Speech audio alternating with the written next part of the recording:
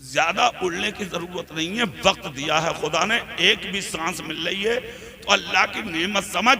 हो सके तो एक काम कर, रात को बिस्तर पर लेटे तो खुदा की बारगाह में वुजू करके जितना हो सके रो ले, और इतना रो ले कि इन आंसुओं की वजह से तेरे दिल का जंग हट जाए। गद्दार है तो आज ही रात में मोहम्मद मुस्तफा का वफादार बन। बेशक सुभान अल्लाह, बेशक सुभान अल्लाह, हक है बिल्कुल, सुभान अल्लाह, बेशक। जिंदाबाद जिंदाबाद हजरत जिंदाबाद, वाह वाह सुभान अल्लाह। रोना अल्लाह को बहुत पसंद है। है वाह वाह वाह, जोर से वाह वाह सुभान अल्लाह। और तुम ये समझोगे मौलाना साहब, अगर हम ना कमाएंगे तो जिंदगी गुजरेगी कैसे? हाँ, कुछ लोगों के जहन ये भी है, कहते हैं अरे यार ये जो बातें हैं ना, सिर्फ दीन में डटे रहो, कहीं मत जाओ, तो यार फिर जिंदगी कैसे गुजरेगी? एक बात सुनो, मैं बताता हूं आपको। 5 वक्त नमाज के साथ आप सारा दिन कारोबार करें, सारा दिन तिजारत करें, मजदूरी करें, मेहनत करें, जायज तरीके से करें, आपका एक एक लम्हा अल्लाह की इबादत में लिखा जाएगा।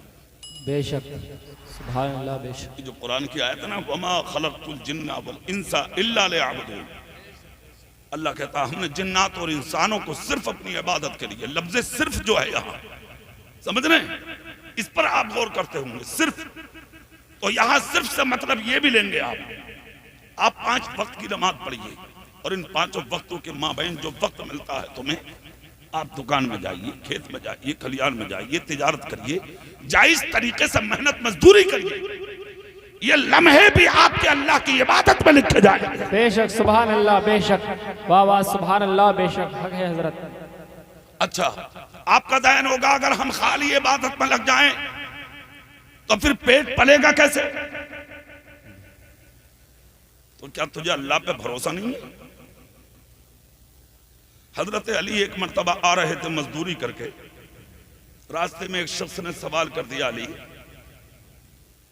मालिक जन्नत के दामाद हो, सुभान अल्लाह, हाँ मेहनत बहुत करते हो।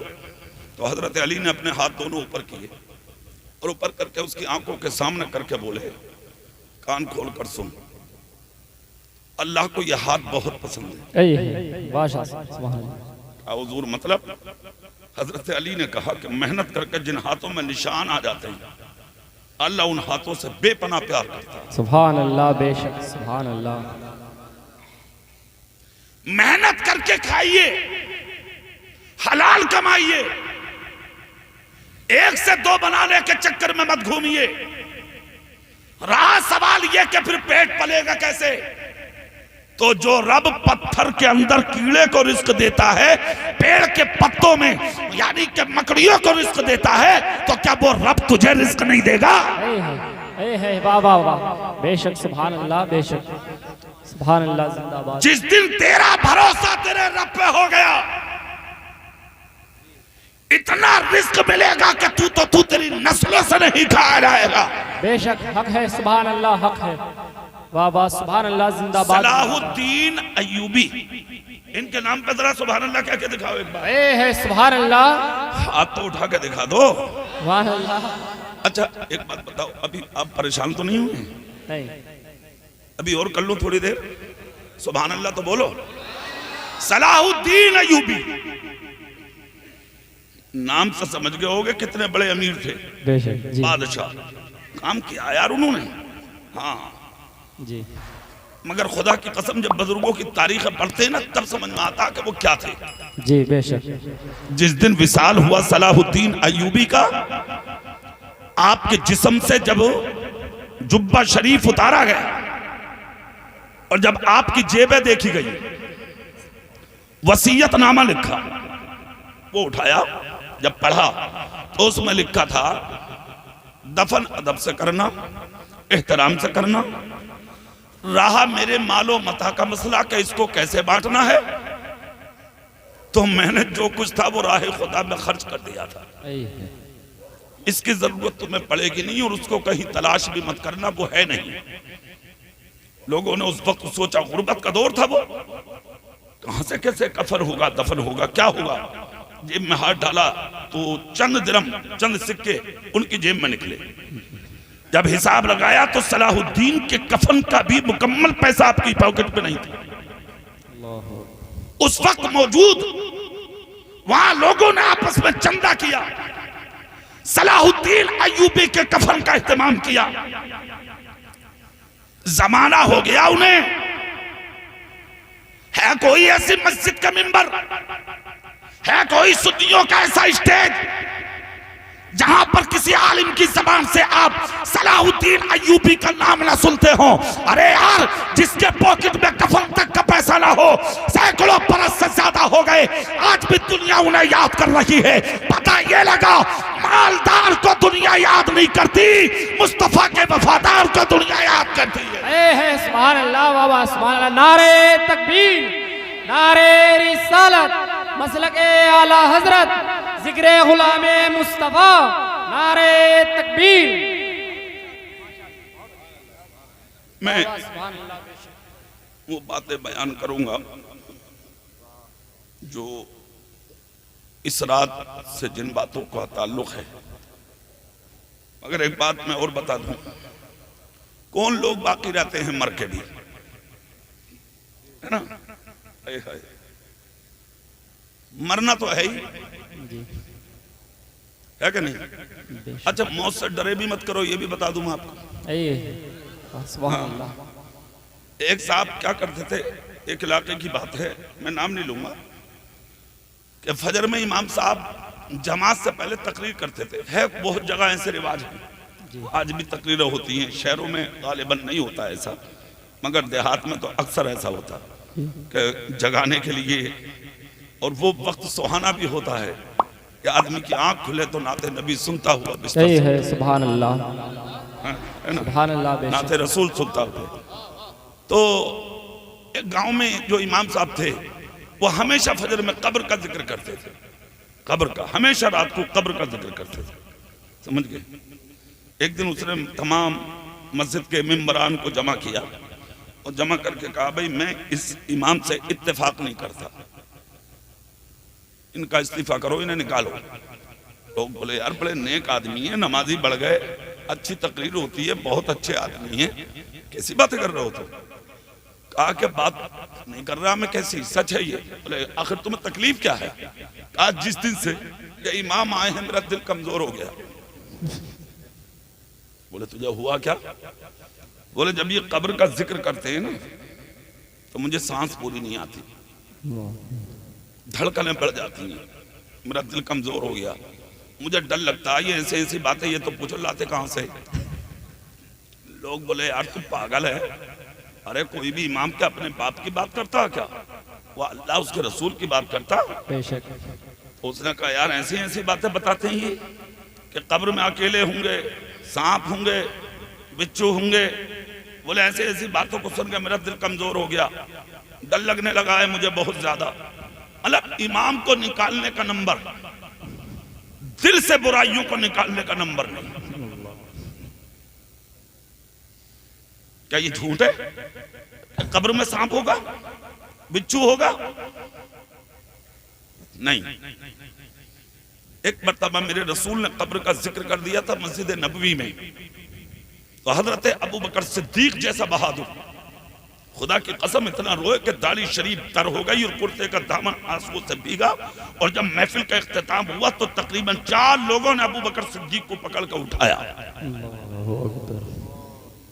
आज तो ये बातें तुम पर असर ही नहीं कर रही है। यहां भी एक जुमला सुने, हजरत मुल्ला अली कारी अलैहिर्रहमा फरमाते कि नेक बात को सुनकर अगर मुसलमान का रूंगता जिस्म का खड़ा ना हो तो वो सीने में टटोल कर देखे कि ईमान भी सलामत है या नहीं। सोचें आप किस मंजिल पे हैं आप, कहां पहुंच चुके हैं आप, किन रास्तों से सफर कर रहे हैं आप।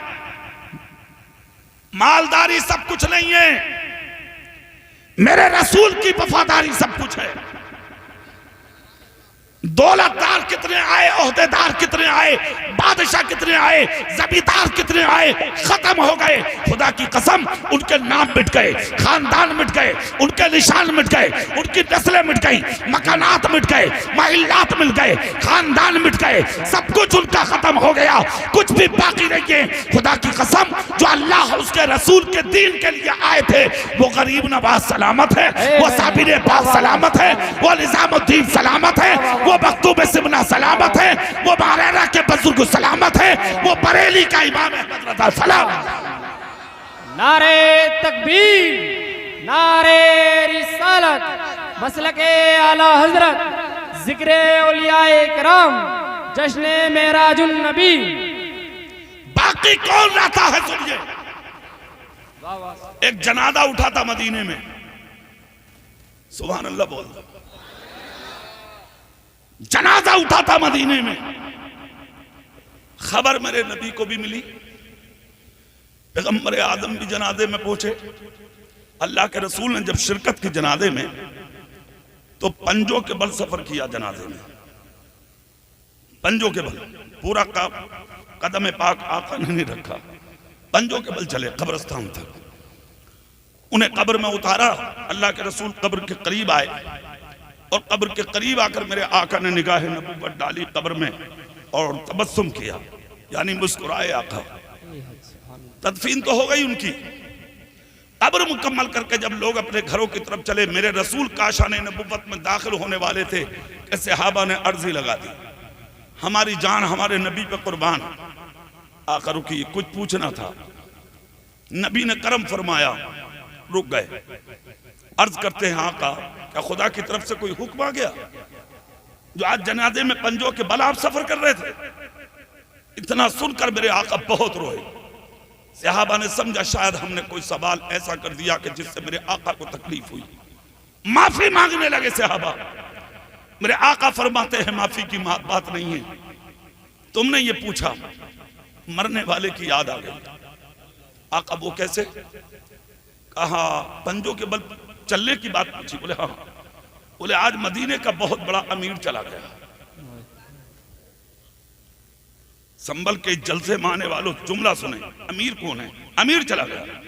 एक दीवाना आगे बढ़ा जो उन्हीं के पड़ोसी थे, आगे बढ़ के कहा आका आपने उन्हें अमीर कह दिया जिनको पाँव में डालने कभी जूती भी ना मिली, बदन पे डालने कभी अच्छा कपड़ा भी नहीं मिला, आका पेट में डालने के लिए उन्हें कभी अच्छा खाना भी नहीं मिला। आका मैं तो उनके पड़ोस में रहता हूँ, 3-3 दिन तक सरकार घर में चूल्हा भी नहीं जलता था, मैं उनके घर में बच्चों के रोने की आवाज फाके की वजह से सुनता था। वो अमीर कैसे होंगे?